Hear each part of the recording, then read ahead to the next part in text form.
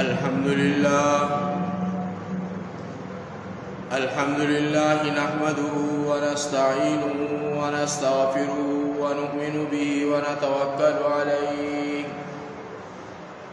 ونعوذ بالله من شرور أنفسنا ومن سيئات أعمالنا من يهده الله فلا مضل له ومن يضلله فلا هادي له وأشهد أن لا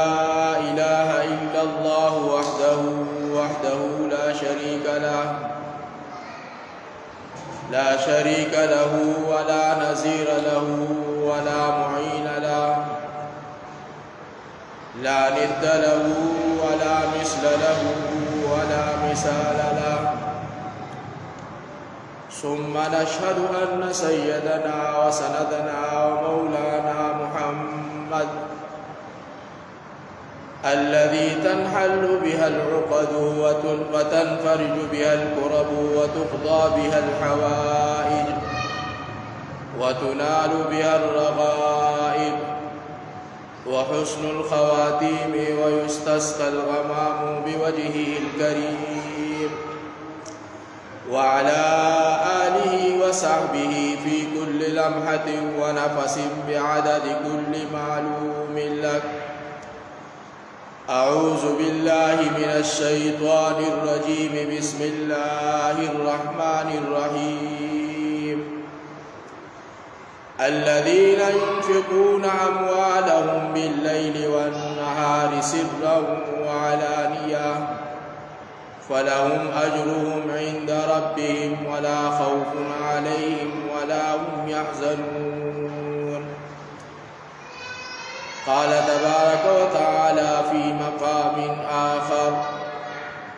إن الذين آمنوا وعملوا الصالحات وأقاموا الصلاة وآتوا الزكاة لهم أجرهم عند ربهم ولا خوف عليهم ولا هم يحزنون. صدق الله مولانا العظيم وصدق رسوله النبي الأمي الكريم ونحن على ذلك لمن الشاهدين والشاكرين والحمد لله رب العالمين. إلهي كم ركبت على الخطايا فهب لي توبة قبل المنايا. إلهي لا إله سواك فارحم على من لا نبي له سواك. هو الحبيب الذي ترجى شفاعته لكل حول من الأحوال المقتهم. جاءت لدعوته الأشجار ساجدة تمشي إليه على ساق بلا قدم. نبينا الآمر الناهي فلا أحد أبر في قول لا من عجم ومن عربي. مولاي صل وسلم دائما أبدا على حبيبك خير الخلق كلهم. إن الله وملائكته يصلون على النبي يا أيها الذين آمنوا صلوا عليه وسلموا تسليما. اللهم صل على محمد وعلى آل محمد كما صليت على إبراهيم وعلى آل إبراهيم إنك حميد مجيد. اللهم بارك على محمد وعلى آل محمد كما باركت على إبراهيم وعلى آل إبراهيم إنك حميد مجيد. انتهائی واجب الاحترام درنو قدردانو مشرانو کشرانو دا اللہ رب العزت بمونگ و تاسو باندی لا تعداد احسانات دی چه مونگ و تاسو داغی احساناتو شمار نشو کولے او دا اللہ سبحانہ وتعالی بمونگ باندی فلکاو مهربانی دی مکروڑہاو مهربانی دی چې د هر مهربانۍ شکریا موږ او تاسو نشو ادا کولی. د انسان د کامیابی دپاره رب ذوالجلال پوره دین دی دنیا ته رالیږلی دی او په مختلفو احکاماتو سره انسان ته د کامیابی زیری اورولی دی. اوس په هغه احکاماتو کې چې کوم انسان اخته شي او هغه پوره کول شروع کی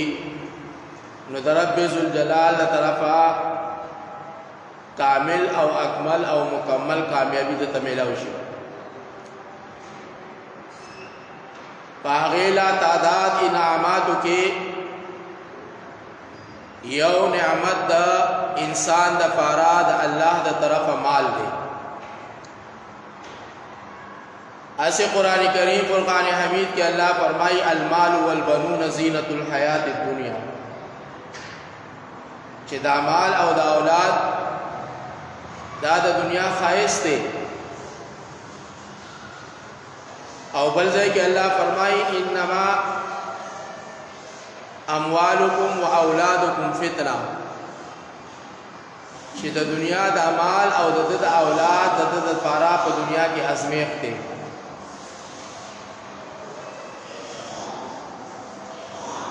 نو چې رب ذوالجلال پچا باندې رحم کړی وي او الله رب العزت هغه مال ورکړی او عزتمندو مشرانو دام یاد وساتئ چې الله رب العزت په دنیا کې دو انسانانو لا د مال فروانی ورکړي.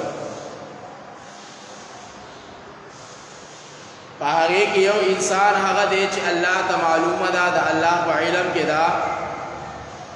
چې دې انسان له زه د مال فروانی او د مال کثرت ورکما نو دا به د دې مال نه د الله رب العزت د رضا او د الله رب العزت په مرضی باندې به چې کوم دی د خپل مال خرچ کوي. یعنی هر وخت بعد دا فکر وی دا به سوچ وی چې زما دا مال د الله د مرضی مطابق خرچ شي. نو دا مال د الله د طرفه د لپاره باعث رحمت وګرځیدو. او یو انسان په دنیا کې داسې دی چې رب ذوالجلال په خزانو کې د مال میلاو شي او د الله د طرفه د مال ورکړی شي نو دغه مال د هلاکت او د بربادۍ او د تباہی اسباب چې کوم دی پیدا کی او د الله د درگاه نه چې کوم دی محروم کی.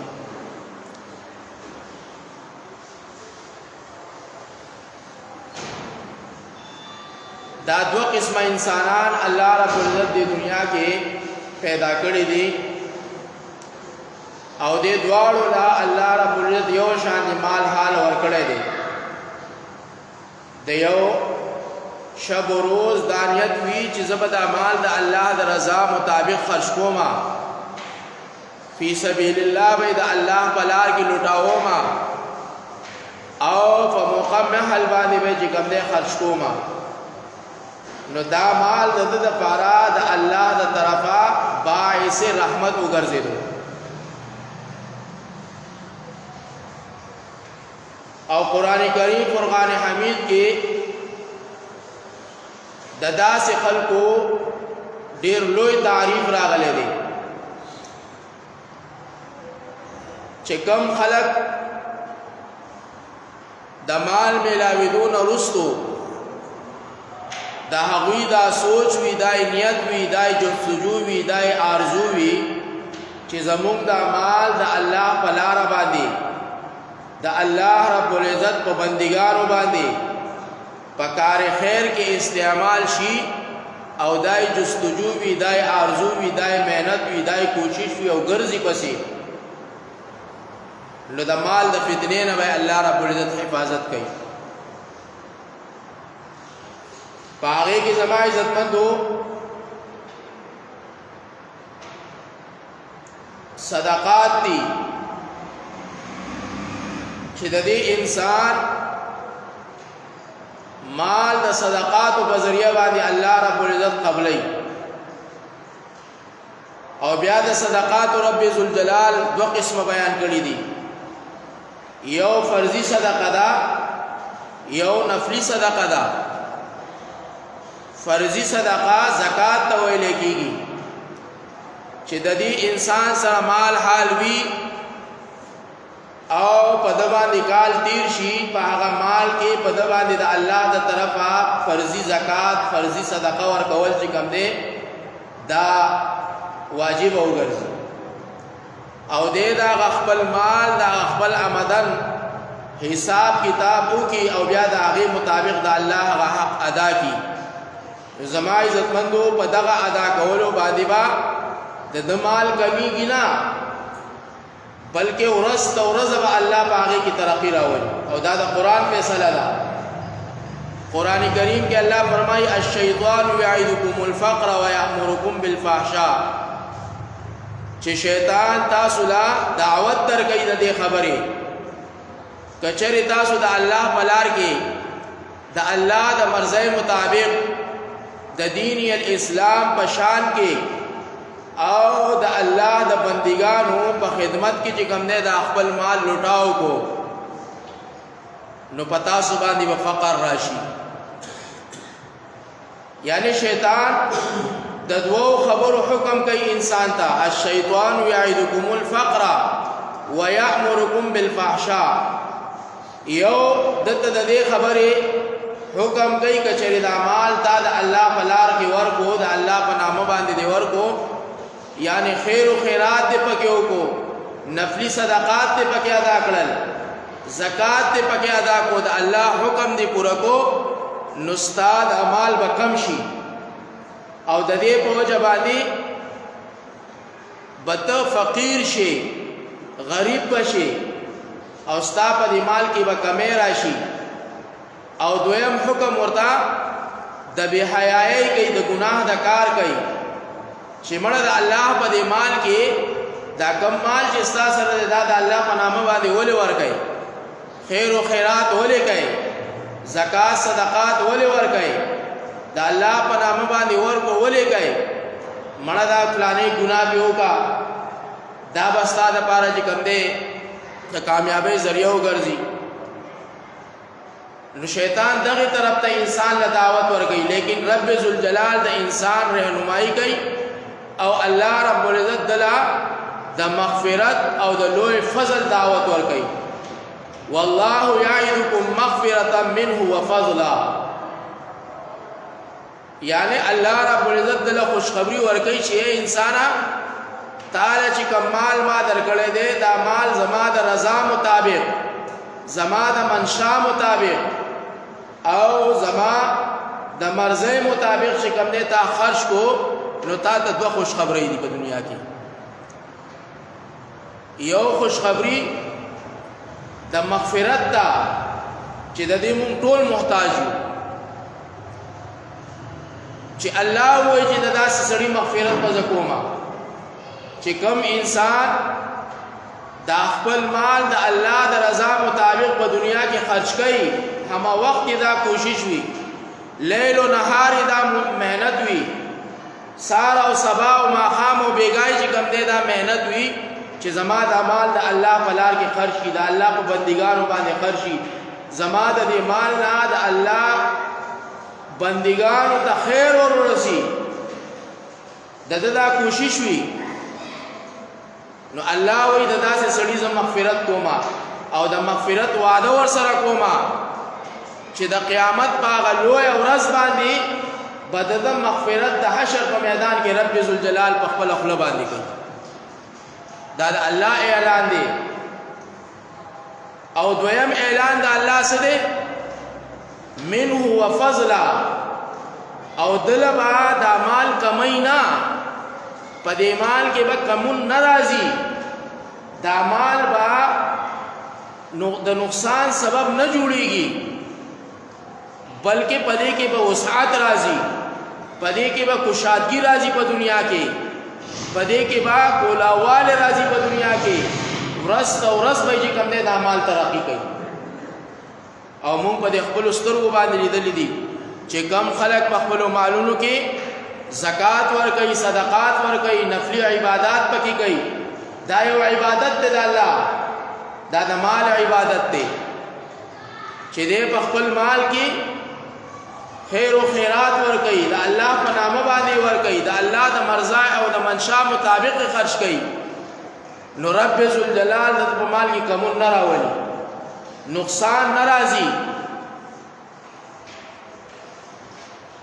او د هر قسم آفت نه الله حفاظت کوي او حدیث پاک کې راځي خو پیغمبر صلی الله تعالی علیه وسلم فرمایي چې تاسو د هغه رب سره تجارت وکړئ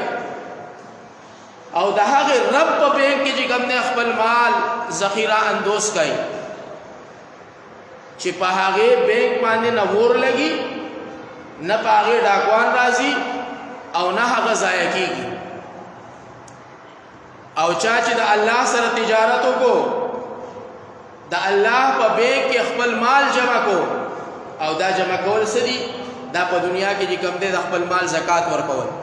خیر او خیرات ورکول صدقات ورکول مالی تعاون د چا سره کول د اورور مسلمان په سخت کې چې کوم دې داغه پاغه باندې خپل مال خرج کول د دې ډېر لوی فائدې الله رب العزت بیان کړي دي نو د داسې سړي لپاره دوه فائدې الله لوی غټي ذکر کړي چې یو د دنیا سره تعلق ساتي یو د آخرت سره تعلق ساتي د دنیا فائدې سره مال به زیاتېږي او د آخرت فائدې سره چې کله دې مرشي الله رب العزت په د مغفرت او د بخنی اعلان وکړي د حشر په میدان کې چې فلان ابن فلان ما وبخو او زما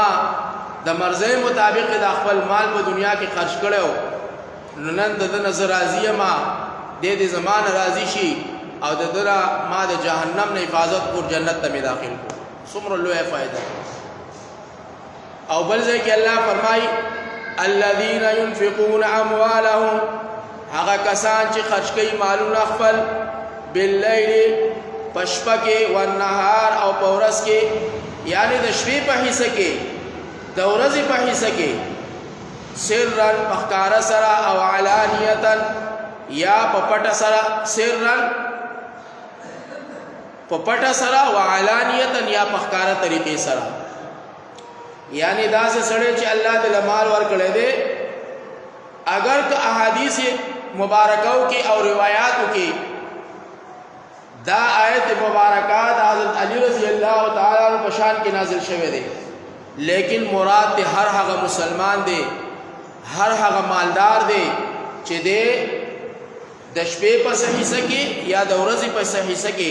د الله په نامه باندې کوم نه په خپل مال کې خرچ ورکړي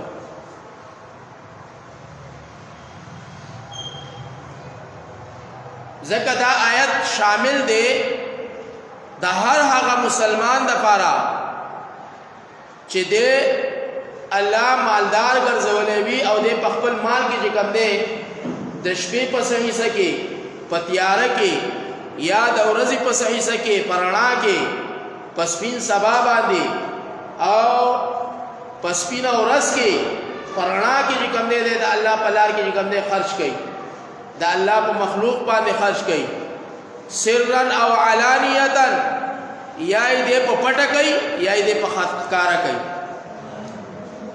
په هر طریقه چې کوي ځکه بل آیت مبارکه ده هغه کې الله فرمایي کچریت ان تبدوا الصدقات فنعما هي وان تخفوها وتؤتوها الفقراء فهو خير لكم کتدا خپل مال د الله د رضا مطابق په پټه خرج کړي او که په ښکارې خرج کړي په فقراو باندې الله ته داغه حال معلوم دی او بعض علماء د دې آیت مبارکه دا استدلال کوي چې په پټه خرج کول د هغه مالدار د پاره د هغه مسلمان د پاره ورکول جایز دي چې دته د نورو د ورکولو رواج نه وي. یعنی په دغه زمانه کې هر سړی چې کوم دی د الله په نامه کې نامه باندې ورکوي، او چې کوم سړی په ښکاره باندې د الله په نامه باندې ورکوي، نو دا هغه سړی دی چې دوه درې کسان ویني چې دی د الله په نامه باندې ورکړه کوي په خپل مال کې، او د هغوی هم دا جستجو پیدا شي، دا خواهش پیدا شي، دا آرزوی پیدا شي په زړه کې چې کاش کې الله مونږ له مال راکولی، مونږ هم دغه شان د الله په نامه باندې خرج کولی، مونږ هم د الله په بندګانو باندې چې کوم دی د خپل مال لوټاولی، مونږ هم د بې آسرو آسره جوړېدلی،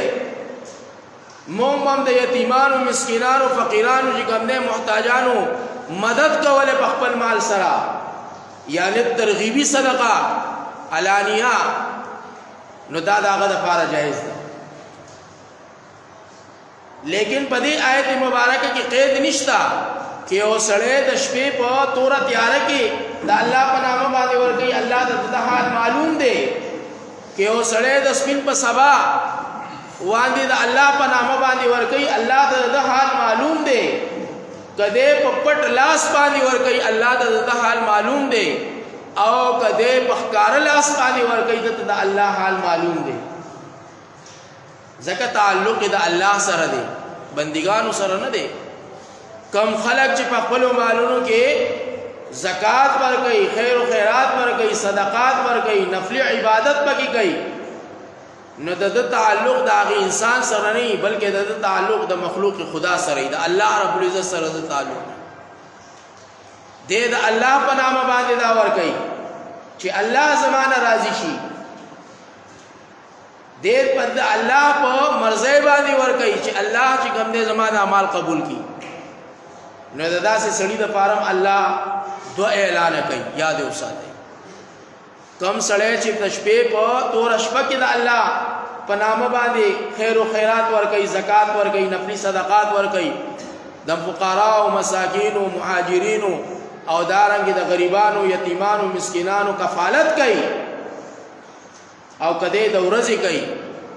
کده په ښکاره کوي او کده په پټه کوي، د ده دپاره د الله د طرفه دوه انعامات دي. لا خوف علیهم ولا هم یحزنون. یو خو په ده باندې په دنیا کې هېڅ قسمه څه خوف نه، په ده باندې په دنیا کې هېڅ قسمه څه خوف نه. یعنی خوف مطلب څه دی؟ خوف مطلب دا دی چې په ده باندې به ډاکوان نه راځي، د ده مال به چې کوم دی تباه کېږي نه، د ده مال به نقصان نه کوي، د ده په مال باندې به چې کوم دی بل سړی قابض کېږي نه، د ده مال ته به چې کوم دی بل سړی مخالف کېږي نه. د داسې خوف نه به الله ساتي، د داسې خلکو نه به الله ساتي. او کچرې د دې خوف تعلق د آخرت سره ای، نو بیا زما عزتمندو د دې معنی دا شوه چې د آخرت د هغه سختونه، د آخرت د هغه تکالیفونه، د آخرت د هغه مشقتونو نه، او د آخرت د هغه یرې نه به چې کوم دی الله رب العزت په امن کېږي.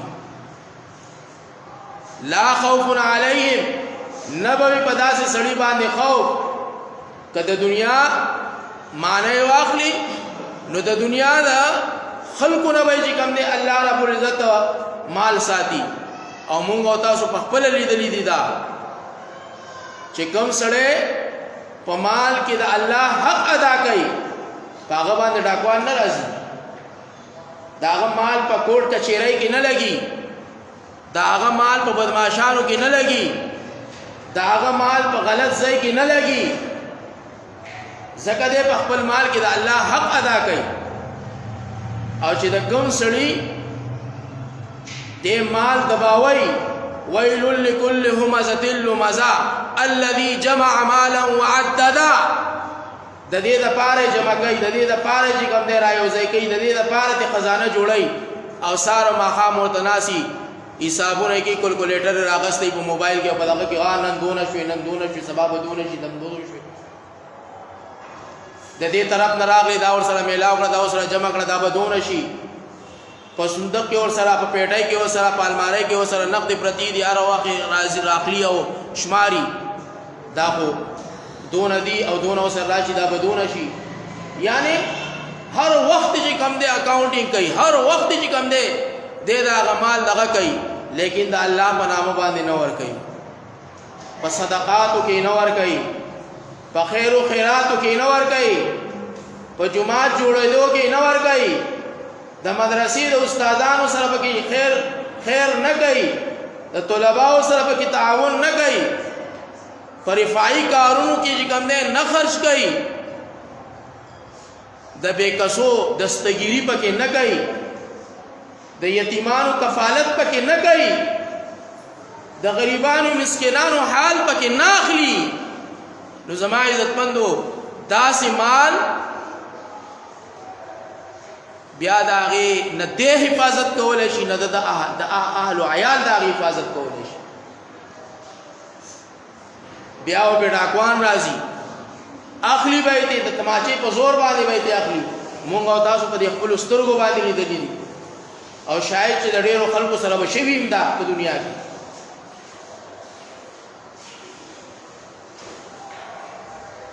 دا ولې دغه مال د الله د رضا مطابق نه خرج کی او دویمه خوشخبری ورته الله سنومي ولا هم يحزنون ولا هم يحزنون د هر قسمه غم نه به الله ساتي دا خو د الله د قران فیصله ده کته دې معنی موږ او تاسو دنیاوی ژوندۍ کې مراد واخلو نو هم دغه ده چې د هر غم نه به الله ساتي او غم څه دی دا د مال حفاظت دی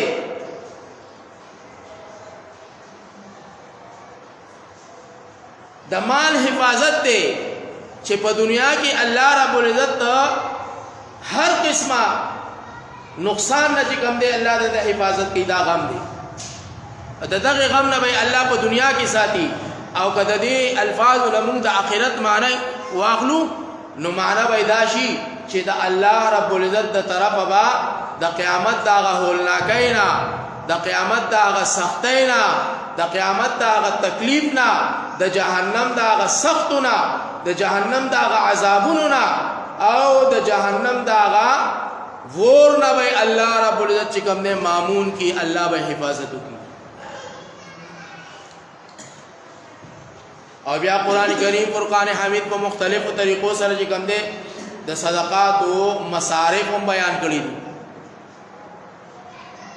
چې ستاد اعمال په چا باندې لګي یو خو زما عزتمندو مونږ او تاسو له الله عقل را کړی دی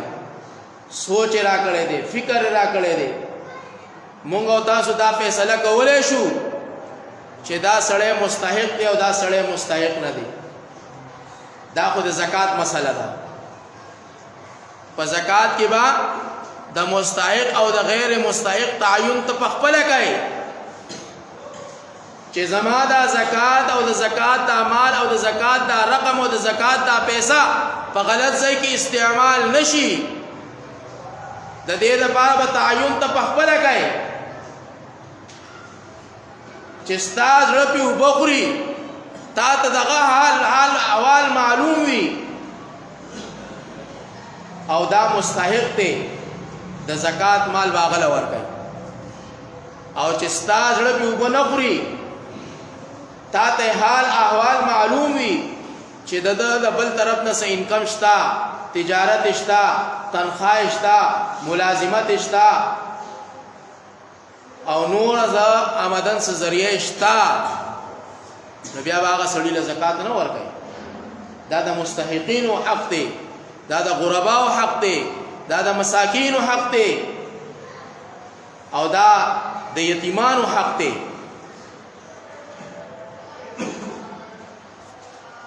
او په نفلی زکات کې په نفلی صدقاتو کې چې کوم دی بیا دا شی نشتا کتا ته معلوم یو که معلوم درته نه وي ته به هغه د نفلي زکات صدقات چې کوم دی ورکوي لکه اوس مثال یو سړی دی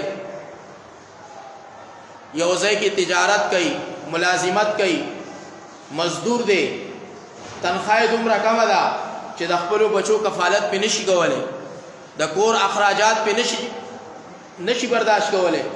د کور اخراجات یې نشي پوره کېدلی نو په پټه باندې د هغه تعاون وکړه او دا تعاون دا به په دنیا کې او په آخرت کې ستا دپاره د سرخوروۍ او د کامیابۍ ذریعه وګرځي او بعضې داسې خلک هم شته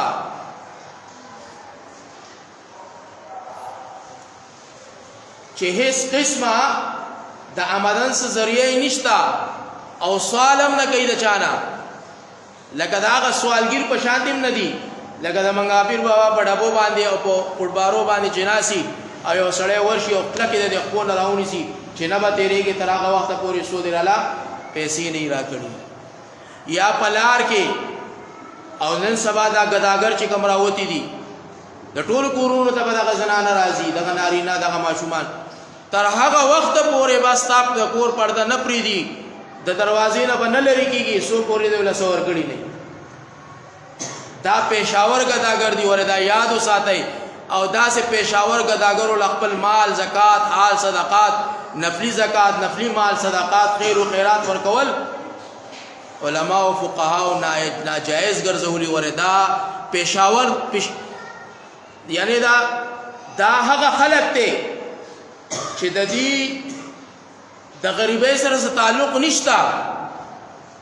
تاسو لار شئ د دوی مال حال وګورئ د دوی رستو زندگی وګورئ بیا به درته پته ولګي دا د کم درجې خلق دي او دویمه خبره درته دا کوم چې دا پیشاور ګداګر چې کوم دي که نه دا غیر مسلمه دي ورې نو خپل مال حال دی یو غیر مسلمه بجای یو مسلمان غریب نادار لورکا دا داغه نه بهتره ده لاک درجه بهتره ده دا پلارو کوسو کې چې ګرځي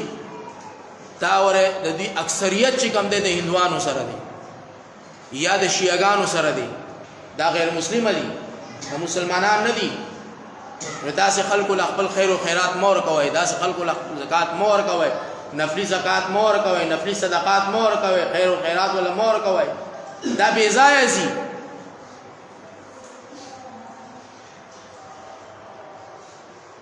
او د دې په مقابل یو بل سړی په مونږ په معاشره کې سفید پوش غریب ټولو خلکو ته پته ده چې دا غریب دی دا نادار دی دا مسکین دی دا مستحق دی لیکن مونږ او تاسو ظاهر ته ګورو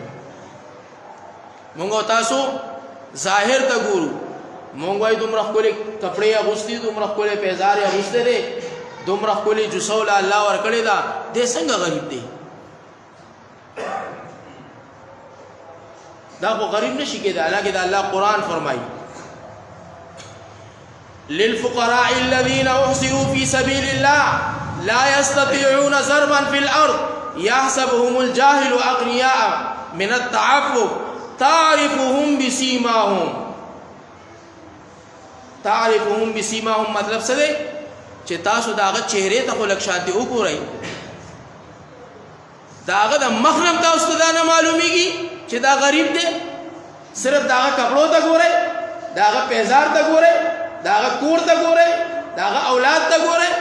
تعرفهم بسيماهم د مخ ته خو لګ نظر وکړئ کنه داغه مخ باندې څومره اداسي ده دا مخ په تاسو ته د کولاو کتاب په شان دي حال احوال بیان کی چې دا د زندگی ده لا يسالون الناس الحافا او داس خلق د چانه سوال نه کوي چمټ کر سوال نه کوي په زور باندې سوکرانی سینا چې تبا خامخا مال راکای او زه دې خبرې مستحق یم نه دغه نزان ساتي نو تعرفهم بسيماهم تداوی د نخونه چې کوم دی هغه په جنا چې لا يسالون الناس الحافا او هغه د چانه سوال نه کوي په چمټ کېدو باندې او په سختېدو باندې وما تنفقوا من خير فإن الله به عليم او کچر استاد اعمال د داسې خلکو باندې خرج شو دا استاد لپاره بهترینه صدقه جاریه ده او دا غي نه مراد زما عزتمندو زیر ته نشان دي علماء دي علماء نن زمون په معاشره کې تاسو وګورئ کنه یو سړی دی داغه تنخواه ده 50,000 بل سړی دی داغه تنخواه ده 1 लाख بل سړی دی داغه تنخواه ده 2 लाख لیکن بیا هم پریشان دي چې میاش راځي په قرضونو کې چې کم دی هغه 15 ورځې تیری کړي داغه گزاره نه کیږي او علما غریبانان په مدارسو کې په 1000 روپۍ په 2000 روپۍ باندې درس کوي تدریس کوي او په جمعاتونو کې امامت په 10,000 په 15,000 په 12,000 په 9,000 په 10,000 باندې داغي امامت کوي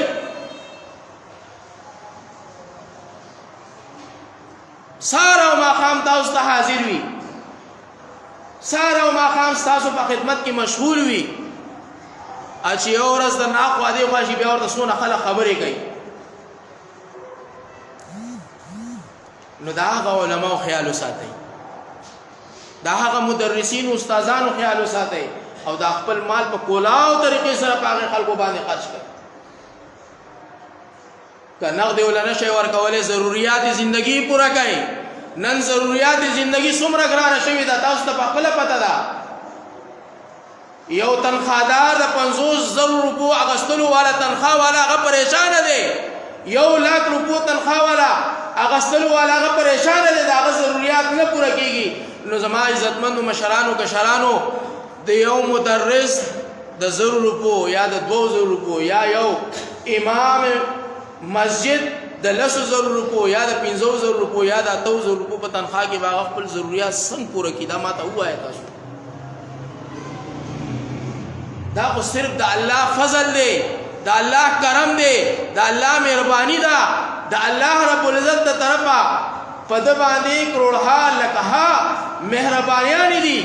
چې الله د ضرورت پوره کوي لیکن د دې دا معنی نه ده چې موږ او تاسو دا غن خپل سترګې پټې کو او د خپل مالونو دروازې په هغه باندې بندي کو زمون په معاشره کې دا خلک موجود دي او زه بیا هم دا وایم چې ستا په کوم عالم باندې په کوم استاد باندې په کوم مدرس باندې زړه خېږي خپل مال ول ورکا زه دا نه وایم چې زه مستحق مال راکا چې چا سره محبت یا خپل مال اغل ورکړي داغه ضرورت پوره کوي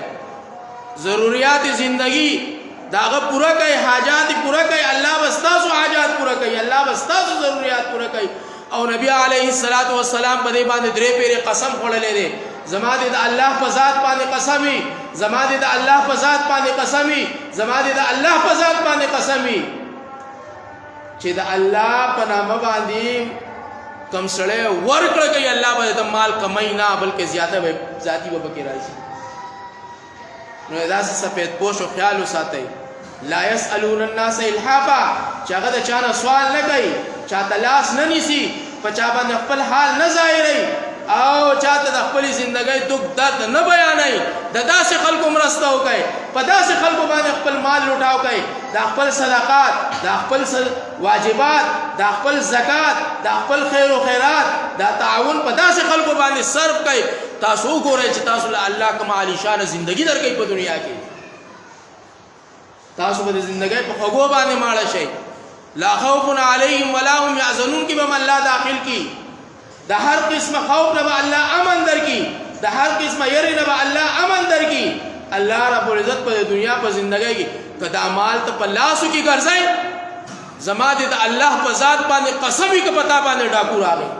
که پتا باندې غل راغی که پتا باندې چور راغی که پتا باندې کوم دی بد سړی پیښ شو زه د الله په ذات باندې قسم خورم او چې غوټه ولا ورکای کنه غوټه الذي جمع ماله وعددا جمع کوي او غوټه ولا ورکای چې کولاو نشي او هر وخت شماري نو زما عزتمند بیا به یاد وساتئ په دغه لوی لار کې به در ناخلي زما دې د الله په ذات باندې قسم په دغه لوی لار کې به در ناخلي ته به دغه ایسب نشي کولای کلا سلطان راځي دغه مال سره سره دې سرم خوري ډېرو ځوانانو چې کوم دی په دې کې سر کې قود یو موبایل دی اخلي دی سره لاس واچي داس په دې سر باندې وي هغه خو ته نه لاړ شي غم شاته چې کوم دی دا مور خپل ته پاتې شي او که دغه نه زما عزتمندو بیا به دغه مال ستاسو په تاڼه باندې په تحصیل باندې په کچېرۍ باندې په ډاکټرۍ باندې که تاسو یې نه منئ که نه ما درته د الله د قرآن فیصله واوروله دغه مال به ستاسو بیا په دغه ځایونو کې لګي